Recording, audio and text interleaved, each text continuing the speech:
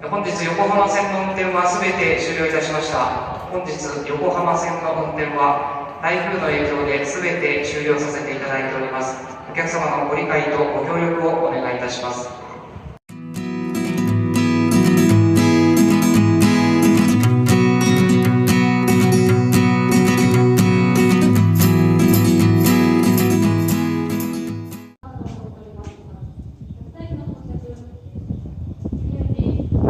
高齢者、本日2人方面、最終電車でご協力で何をご注意ください。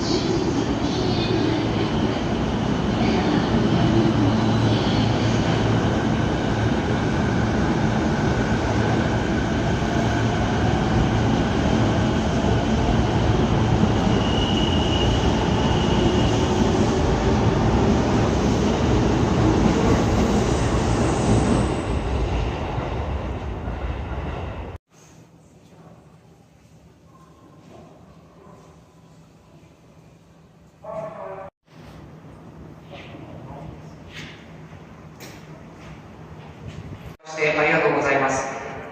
本日横浜線の運転はすべて終了いたしました。本日横浜線の運転は台風の影響で全て終了させていただいております。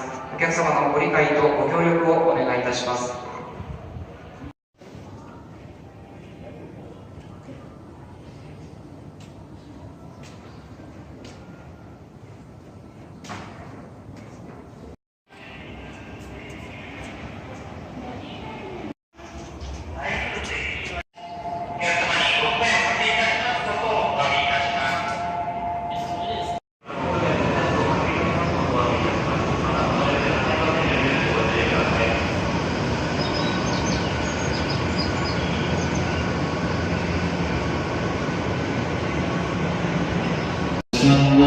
1号列車は鶴川列車です。